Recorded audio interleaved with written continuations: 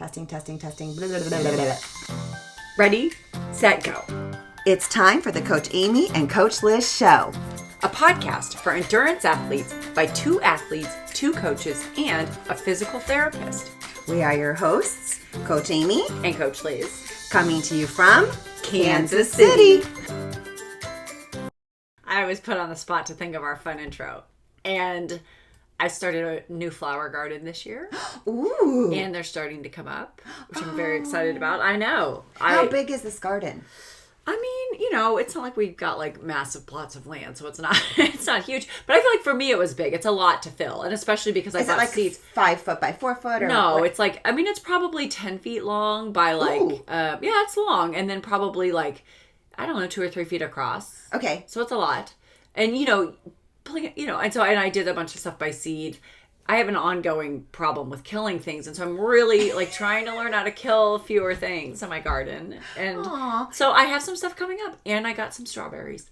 Oh, I did. are the strawberries are they coming? They came already, and they're mildly tart, so I'm not sure exactly. I have a lot to learn, but I have been trying to grow strawberries for 5 years, and everybody's like, they're so easy. I'm like, okay. They're not. They always say, "Oh, they're so easy." You ask the people, and that People with green thumbs. I am they really do. jealous Yeah, I because know. I am I like know. you, where I have some plants in the office that are, people have given to me. Yeah. Right. And I'm sure they're coming back for their visits, and they're like, "Oh my god, that's dead." What's she Yes. doing? But I've started good for you. talking to my plants. So I read that this is, people are gonna think I'm crazy, but as humans, we have the energy, and you deal, and I've been trying to sort of calm myself down a little bit these past few And years. the carbon dioxide that you emit is Maybe that's what it is. It is. I was thinking. There's a that scientific. I was like, they like my energy now. I'm trying to be Okay. less of an asshole, and they're like, "Good, we're gonna grow for you." Yes. It's the is carbon that working? dioxide. Yay. Okay. Okay, we're gonna move on. All right, what are we talking about? Oh, I know. So I had a patient come in who is doing the Bike Across America thing. Yeah. Okay, and he is just a natural athlete. Yeah. But a runner mostly, and he's doing this, biking this event, and he's been training properly so that he can, do it safely. But he pointed out something that I think is interesting, and that is that that whole part of the bike that isn't the push part, when you're clipped in to pedals, there's that whole pull part, that's that whole other half of this thing. And he was just noting how different it was, and how he noticed that difference, and that it was something that he could probably be working on. But it just isn't biking. It seems natural because it's something maybe we learned to do when we were 8 years old, but we weren't clipped in. No, well, it's so interesting because there's so much more that goes into the bike than I feel like it's missed. The swim people are obsessed with figuring it out. I feel like there's a ton of conversation around how to improve your run, but I do think because we just learned to ride the bike when we're younger, that it's really it is not intuitive at all. If you want to ride it well, right, and if you don't want to injure yourself and you want to perform well on it, there's just so much that goes into the bike that is not there's people more. don't know. There's more to it than just balancing without your training wheels and progressing 100%. forward. And it's wild because it's so counterintuitive. And I will say, I hated the bike for the first 10 years I rode. And I was doing it wrong. It took me a long time to find a coach that finally clarified for me and taught me all the things that I didn't know I needed to be taught. That's why I'm saying that. And so I really was that bike, that flipping bike, I didn't just sort of not like it for 10 years. I hated it. There were tears. Aww. There were so many tears. There was so much frustration. I couldn't get any better. I would get dropped off the back of rides. I was terrible. And I could not figure it out. And I finally got a coach that was these are all of the things that are not obvious about the bike that we need to intentionally and specifically work on. And then it was I've worked with her. And then on my next 70.3, I dropped a shit ton off my bike. It was just, and I was oh my gosh, there's so Amazing. much that we're not putting into words around the bike that's not it's not obvious. It's like, and so we talked about a little bit about like a hill, like on our hill episode, we talked about like how to work on that. What do we have for today? Well, it was interesting because, we've talked about like riding hills, and the reason that it matters is because it's really easy to spike your power and like really trash your legs, especially when you're going to get off to run with how you approach a hill.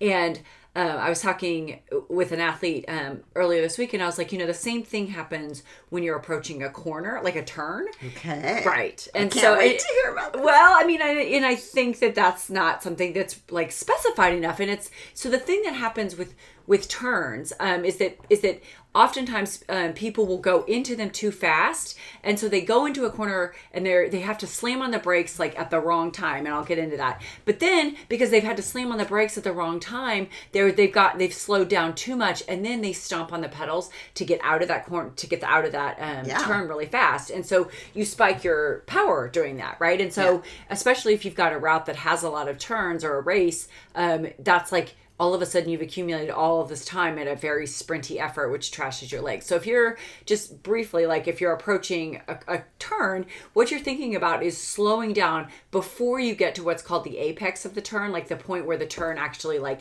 it's sort of like the peak of the turn. So you're slowing down as you approach a turn. And this takes some work because what you're doing, you have to learn to anticipate how much you need to slow down to safely like curve, right? So you're slowing down on the straightaway before you get to the part where you're turning. And then you go through like the apex or the point of that turn. And then you're very gradually building your speed as you come out of that. And you're not stomping on the pedals. And so it just is requiring like some finesse. It's requiring some finesse to both make sure that you slow down, because if you slam on your brakes at the wrong point in that turn, not only are you going to have to then want to stomp on the pedals to get your speed back up, but as you're coming in and your tires are turning, if there's loose gravel or there's rocks or there's other riders, right? Stuff, yeah. It's dangerous. And so if you slow down on that straightaway, it's a lot safer. You estimate like kind of how much you need to slow down. You go through the apex or the turn, and then you gradually build your speed as you come back up instead of stomping on those pedals.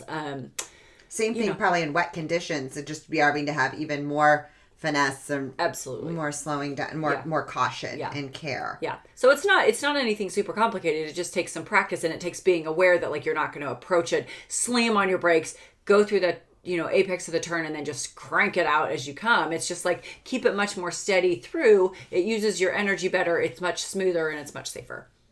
Okay, so can I extend this episode a little bit? Do I have a choice? Just kidding. Yes. Well, since we opened it up with the whole like push pull part of the bike, I thought, well, let's not leave everybody hanging. Oh yeah. Let's. One of the things I recommended to my patient was let's work on some single leg drills to just kind of get that, because so it won't take long for you to figure out how you need to transition from one to the other and how you want to keep that solid. But what do you want to say about what can you tell us about that? So the single leg drill is a great. Okay, so first let's talk about the push pull. The push pull. So so what we're talking about is when you push down on the pedal, and then the idea that you pull up on the pedal as your stroke is coming back around. Your prime mover is really between like say 1 o'clock and 5 o'clock on the pedal stroke. That's where you're getting the most power. There is definitely engagement on the back half of that pedal, and you'll read a variety of things. That is more of like a recovery phase of the pedal stroke. You're not like cranking up. It's not a driver, but you do need to be engaged with it. It can't be just like floppy. Yeah. Right. And in part because you don't want, like, if you're pulling up with like the right leg, that is helping get more forward motion with your left leg as it drives down. Like, you don't want your left leg as it drives down to have to be lifting that right leg as it comes up, because that's not a good use of your energy. So you're engaging as you come up. That single leg drill is a really good place to see weak points in your stroke, especially if you do a single leg drill for like, longer than just like 10 seconds. Like if you do it for 30 seconds or a minute or 2 minutes gets pretty hard, but you will see where your pedal stroke starts to falter.